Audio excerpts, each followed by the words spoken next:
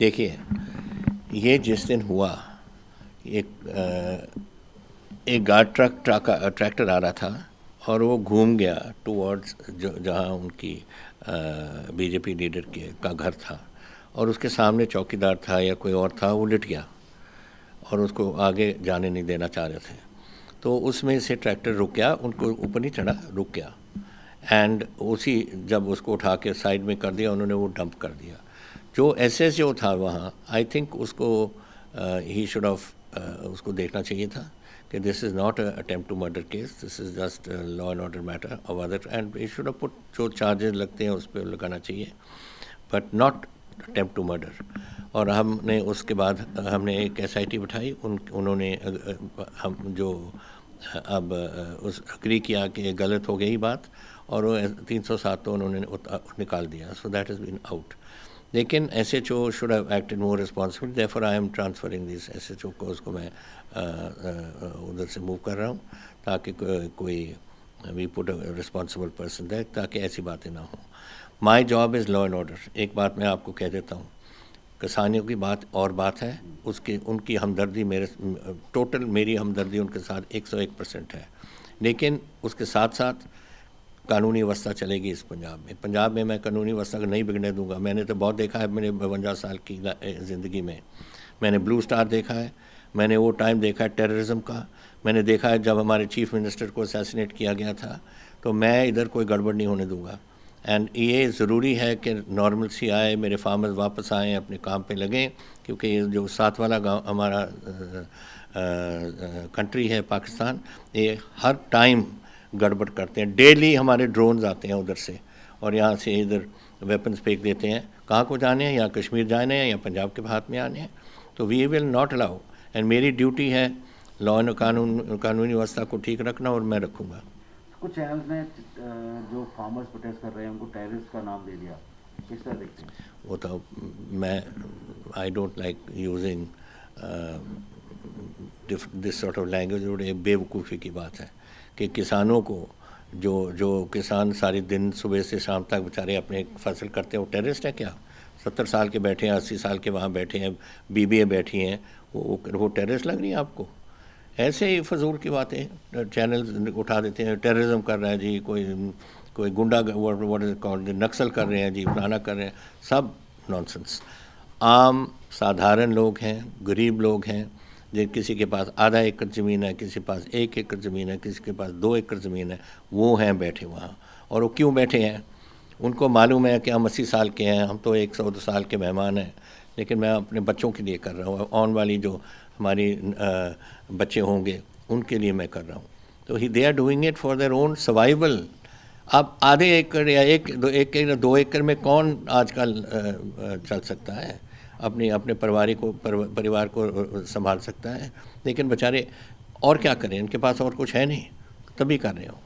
40 दिन से ज़्यादा किसान दिल्ली के बॉर्डर्स पे बैठे हैं, आपको लगता है कि अब ये जो आंदोलन है, मूवमेंट है, कहाँ जा रहा है? मेरा क्या टाइम आ गया कि प्राइम मिनिस्टर सीरियसली इसको देखें और इस बात को ख़त्म करें।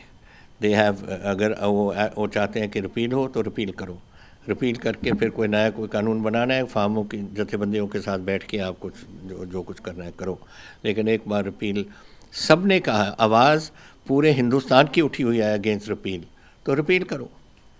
कल सर एक न्यूज़ रिपोर्ट आई जो फूड एंड सप्लाई मिनिस्टर हैं, उनके इस बयान को लेते हुए कि कहा गया कि पंजाब ने पहले ही जो कानून है वो लागू कर दिए हैं। जिसने कहा? वो फूड एंड सप्लाई मिनिस्टर के जो स्टेटमेंट को पेश किया गया। दैट इज़ टोटली, बिल्कुल गलत बात की गई है। मैंने इसकी इन्वेस्टिगेशन पूरी की है, इन्होंने बिल्कुल नहीं कहा। एक अखबार ने ये बात उठाई थी, उनकी पॉलिटिकल रीजनिंग है उस अखबार की, मैं उसका नाम नहीं लूँगा, उस अखबार ने उठाई है, और उसको ड्यूटी बनती थी बाकी अखबारों को छापने से पहले उसको इन्वेस्टिगेशन अपने तौर पे करते, नहीं किया उन्होंने। जो उसने कही वो उन्होंने अपने अखबारों में लगा दी, ये गलत बात है। हमारे मिनिस्टर ने बिल्कुल नहीं कही बात। I have investigated from various sources. हमारे मिनिस्टर, हम पंजाब हैं जो पहला एक्ट ले आए थे अपने असेंबली में इनको ये कानूनों को रद्द करने के लिए, और हमने अपने कानून बनाए हैं। मिनिस्टर मेरे मिनिस्टर सारे 17 के 17 उधर बैठे थे।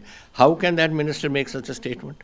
आप मिसकोट कर देते हो लोगों को, और वो दूसरे चेक करने के बजाय उसी को ठोक देते हो।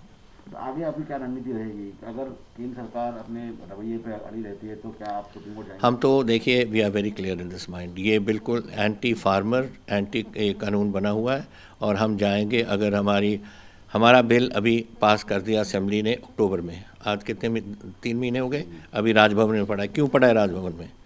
गवर्नर साहब को इसको राष्ट्रपति जी को भेजना पड़ा था, चाहिए था उनको, राष्ट्रपति जी को नहीं भेजा।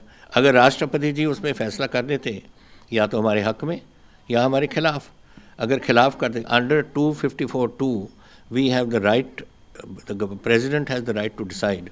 और गुजरात का एक केस था जो उन्होंने प्रणब मुखर्जी के टाइम में वहाँ से भेजा था, वो हमारे साथ वो अग्री नहीं कर रहे थे, जो हमारी गवर्नमेंट थी, डॉक्टर मनमोहन सिंह जी की गवर्नमेंट, और राष्ट्रपति अपने प्रणब मुखर्जी ने गुजरात के हक में कर दिया था कि गुजरात बिल इज़ बेटर, तो Gujarat bill I accept, I do not accept the parliamentary bill. ये क्यों नहीं कर सकते?